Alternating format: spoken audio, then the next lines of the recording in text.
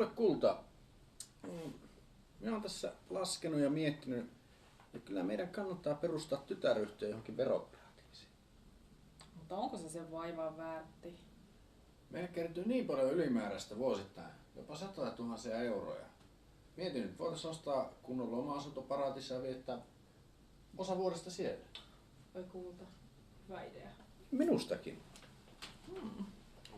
Mihinköhän veroparatiisiin meidän kannattaisi mennä?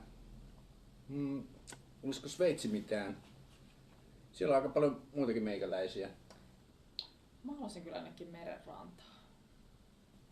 Merenranta. No entäs sitten Jerseyn saaret? Siellä on niin viileän kosteet, että ei. Jebel Ali, se on lähellä Dubaita, lämmintä, merta. Mutta eikö se ole aika islamilainen maa? Mietin nyt. Ei mitään cocktail-kutsuja, viini-illallisia. Saunakalenkin kanssa olisi niin vaikeeta.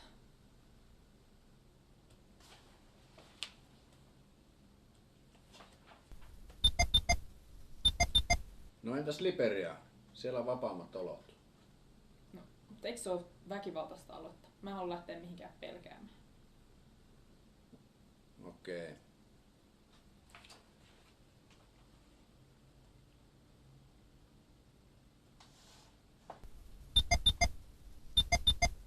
Nyt mä tiedän, Caymansaari Karibialla. Se on paratiisi!